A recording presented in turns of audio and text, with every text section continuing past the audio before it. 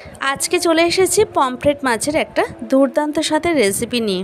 এটা বাচ্চা থেকে বড় সকলেই কম বেশি পছন্দ করে, যেহেতু এই মাছে কোনো কাঁটা নেই তাই মাছগুলি খেতে কিন্তু অসাধারণ লাগে।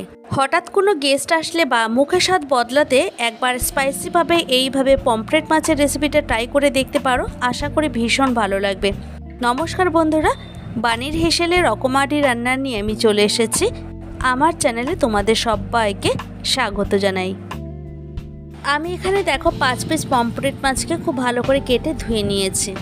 এখন মাছগুলিকে একটু ম্যারিনেট করব। দিচ্ছি এখানে পরিমাণ মতো নুন, এরপর দিয়ে দিলাম হলুদ গুঁড়ো। হলুদটা এখানে পরিমাণ মতো দিতে হবে। তারপর নুন আর হলুদ দিয়ে মাছগুলিকে এভাবে খুব ভালো করে মেখে নেব। এখন মাছগুলিকে এভাবে 10 মিনিটের মতো রেখে দেব, এতে নুন আর হলুদটা ঠিকঠাক করে মাছের মধ্যে ঢুকে যাবে।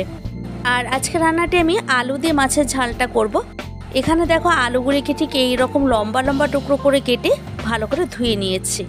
এইবার আসি এই আলুটাকেও ম্যারিনেট করার পালায়। দিচ্ছি এখানে হাফ টিস্পুন নুন, এবার দিয়ে দেব পরিমাণ মতো হলুদ গুঁড়ো। এখন নুন আর হলুদ দিয়ে আলুটাকে এভাবে খুব ভালো করে মেখে নেব। এতে কিন্তু আমাদের আলুটা ভেজে নিতে অনেকটাই কম সময় লাগবে। 10 মিনিট পর ফিরে এলাম রান্নাটি করতে। মাছ ভাজার জন্য একটা কড়াই বসিয়ে দিয়েছি। এখানে আমি কড়াইটাকেও খুব ভালো মতো গরম করে নিয়েছি, না হলে কিন্তু মাছগুলিকে ফেরাতে পারবো না। দিয়ে দিলাম পর্যাপ্ত পরিমাণে সাদা তেল। এইবার তেলটাকেও ভালো মতো একটু স্প্রেড করে নিলাম কড়াই চারপাশে। এখন মাছগুলিকে একে একে এই তেলের মধ্যে ছেড়ে দিচ্ছি, তবে একটু সাবধানেই দেব যাতে ছিটে না আসে। তো প্রায় 3 থেকে 4 মিনিটের মতো মাছগুলিকে আমি এখানে হাই ফ্লেমে ভেজে নেব। দেখো আমি উল্টে দিচ্ছি অন্য সাইডে হওয়ার জন্য, কালারটা এখানে চেঞ্জ হয়ে গেছে। এই পমফ্রেট মাছগুলি ভেজে নিতে কিন্তু খুব একটা বেশি সময় লাগে না। দেখো আমি এবার মাছের দু সাইডই ভাজা হয়ে গেছে, এখন তুলে নিচ্ছি এক এক করে। এখন যে তেলটা আছে এই তেলের মধ্যে বাকি যে মাছগুলি আছে সেগুলিকেও একই রকমভাবে ভেজে নেব। এমনিতেই সামুদ্রিক মাছগুলির ভীষণ স্বাদ হয়, তার মধ্যে এই পমফ্রেট মাছকে তুমি যেভাবেই রান্না করো না কেন খেতে কিন্তু ভীষণ সুস্বাদু হয়। তোমাদের সাথে কথা বলতে বলতে দেখো আমি এখানে মাছগুলিকে ভেজে নিয়েছি, এবার তুলে নিলাম। সমস্ত মাছগুলিকে এইভাবে ফ্রাই করে নিয়েছি। এরপর এই তেলের মধ্যে আলুগুলিকে ভেজে নেব। যে আলুগুলিকে আমি আগে থেকে নুন হলুদ মাখিয়ে রেখেছিলাম সেগুলিকেই ভেজে নিচ্ছি। যেহেতু আগে থেকেই নুন হলুদ মাখিয়ে রেখেছিলাম আলুটাকে, তাই ভেজে নিতে একদমই বেশি সময় লাগবে না। এখন গ্যাসের ফ্লেমটাকে একদম হাইতে দিয়ে খুব ভালো করে ভেজে নেব। আমি এখানে 3 মিনিটের মতো আলুটাকে ভেজে নিচ্ছি। আর দেখো এখানে ভাজতে ভাজতে আলুর কালারগুলি কিন্তু চেঞ্জ হয়ে গেছে। এই পর্যায়ে এসে আলুগুলিকে তুলে নিতে হবে। আর এইভাবে যদি মাছের ঝোলের আলুগুলিকে আগে থেকে একটু নুন হলুদ মাখিয়ে রাখো তাহলে কিন্তু আমাদের হাতে কিন্তু অনেকটাই সময় বেঁচে যাবে। তো এবার এই তেলের মধ্যে দিয়ে দিচ্ছে আরও কিছুটা পরিমাণে সর্ষে তেল।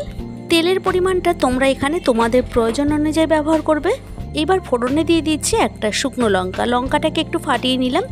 তারপরে এভাবে 1 মিনিটের মতো ভালো করে ভেজে নেব। এরপর এর মধ্যে দিয়ে দেবো হাফ টিস্পুন গোটা জিরে। এখানে জিরেটাকেও কয়েক সেকেন্ডের মতো ভালো করে ভেজে নিচ্ছি। আর এখান থেকে সুন্দর গন্ধ বেরোনোর পর দিয়ে দিলাম পেঁয়াজ বাটা। আমি এখানে 2টো মিডিয়াম সাইজের পেঁয়াজ বাটা ব্যবহার করেছি। এখন দেখো খুব ভালো করে নেড়ে চেড়ে নেব। গ্যাসের ফ্লেমটাকে মিডিয়ামে দিয়ে এখন পেঁয়াজটাকে খুব ভালো করে ভেজে নিচ্ছি। আর দিয়ে দিচ্ছি এর মধ্যে নুন পরিমাণ মতো, তবে যদি প্রয়োজন হয় তবে পরে আরও অ্যাড করব। এখন পেঁয়াজটাকে একটু ভালো করে ভেজে নিচ্ছি। আর এভাবে ভাজতে ভাজতে পেঁয়াজের কিন্তু কাঁচা গন্ধটা চলে যাবে। প্রায় 2 থেকে 3 মিনিটের মতো পেঁয়াজগুলিকে ভালো করে ভেজে নেওয়ার পর দিয়ে দিলাম আদা আর রসুনের পেস্ট। এখন গ্যাসের ফ্লেমটাকে মিডিয়ামে দিয়ে আদা রসুন আর পেঁয়াজগুলিকে খুব ভালো করে ভেজে নেব। আদা আর রসুনের কাঁচা গন্ধটা না চলে যাওয়া পর্যন্ত আমি এভাবে কন্টিনিউ নেড়ে চেড়ে নেব।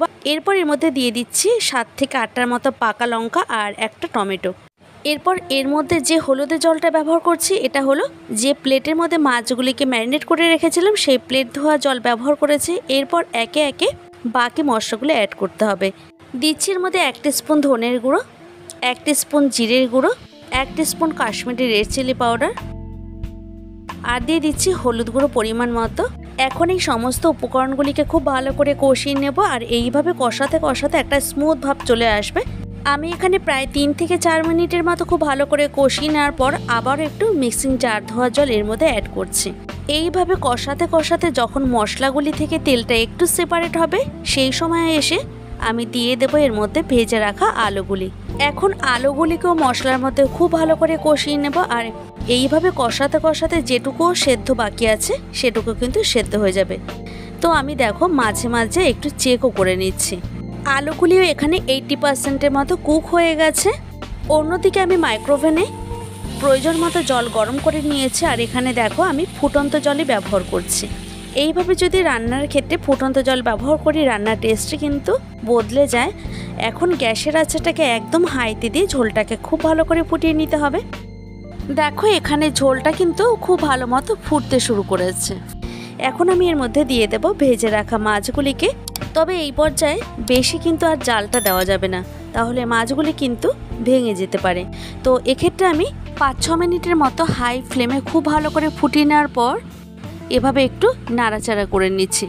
আলতো হাতে এখানে মাছগুলিকে নেড়ে চেড়ে নেওয়ার পর একটু ঝোলটা চেক করে নিচ্ছি আমি। তো নুনটা আমার এখানে একটু কম মনে হচ্ছে, তাই আরও হাফ টিস্পুন নুন অ্যাড করছে।